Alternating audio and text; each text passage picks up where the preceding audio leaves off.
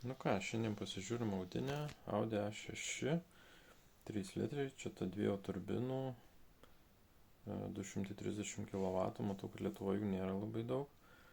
2014 metų, kėbulas šiaip atrodo pakankamai tvarkingas jos, nematau tokių didelių dalykų, ten vienas, o čia narkos, matau, vienas įlenkimas gali būti nedidelis, o šiaip atrodo pakankamai tvarkingas kėbulas, tai visai neblogas variantas.